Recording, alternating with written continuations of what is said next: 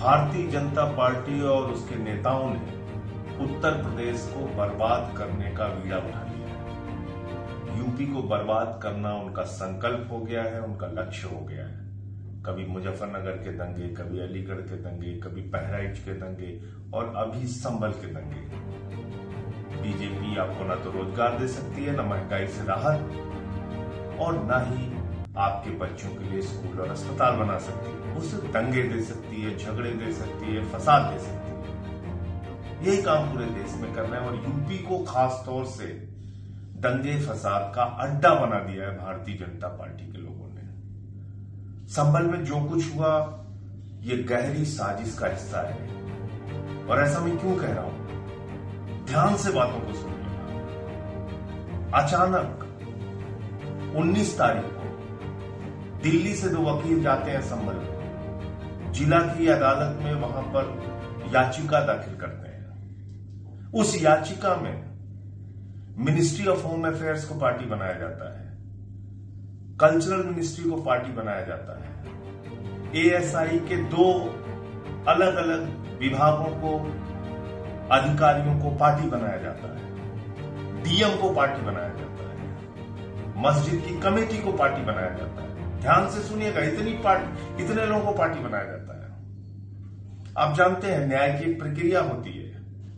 कोई याचिका दाखिल होती है, किसी के खिलाफ होती है, कोई पार्टी होता है तो उनको एक सामान्य सा नोटिस जाता है कि इस मसले पर आपका क्या कहना है, आपके क्या विचार हैं।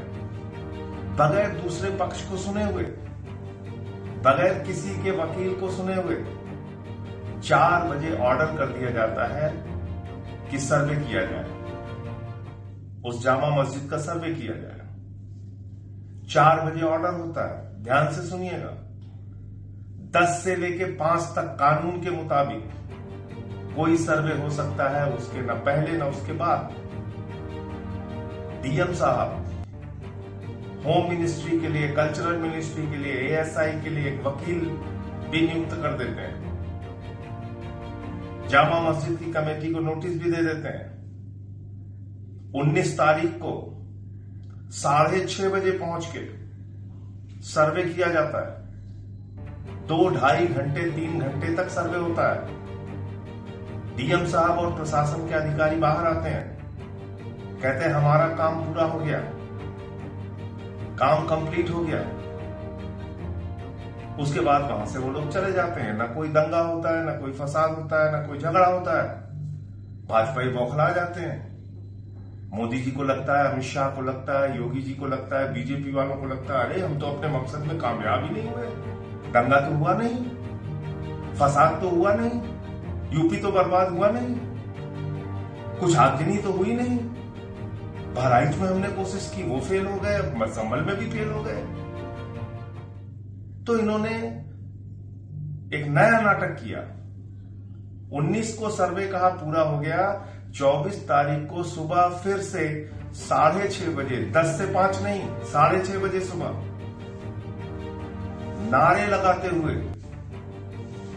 सर्वे कराने के लिए प्रशासन पहुंचता है और उसके बाद वहां माहौल बिगड़ता है।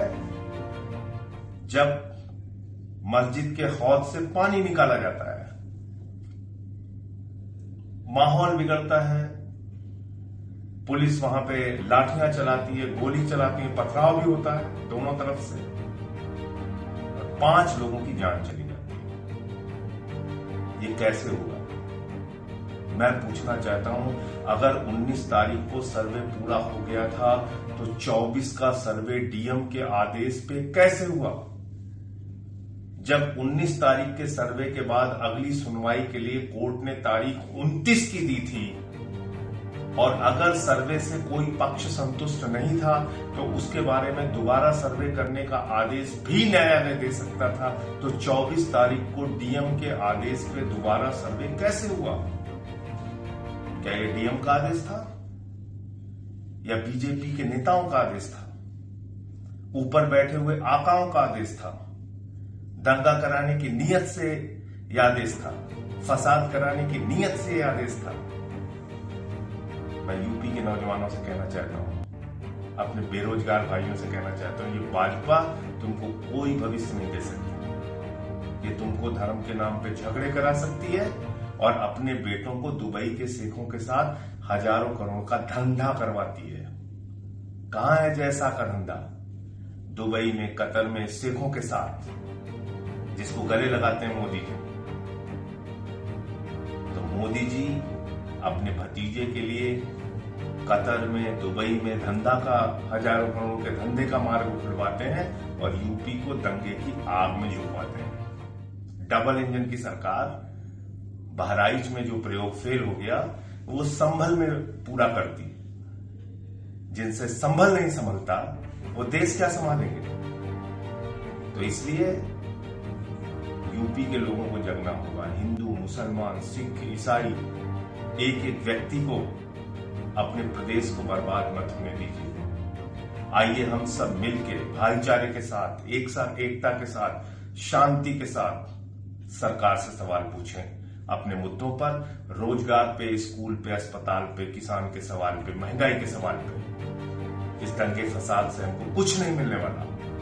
और मैं फिर दोहरा रहा हूं, ये भारतीय जनता पार्टी के आकाओं और बीजेपी के नेताओं की गहरी साजिश का हिस्सा है संभल का दंगा।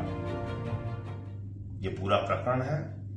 अब आपको समझ में आ गया होगा कि किस तरीके से ये दोबारा सर्वे करा के दंगा कराया गया, फसाद कराया गया, गुंडागर्दी कराई गई और 5 लोगों को गोलियों से भून दिया गया। इस पूरे मामले में हाई कोर्ट की निगरानी में मामले की जांच होनी चाहिए और जो भी लोग इसके लिए दोषी हैं, चाहे वो जनता का व्यक्ति हो या पुलिस प्रशासन का व्यक्ति हो या बीजेपी के आका हो, उनका चेहरा देश के सामने आना चाहिए और उनके खिलाफ सख्त से सख्त कार्रवाई होनी चाहिए।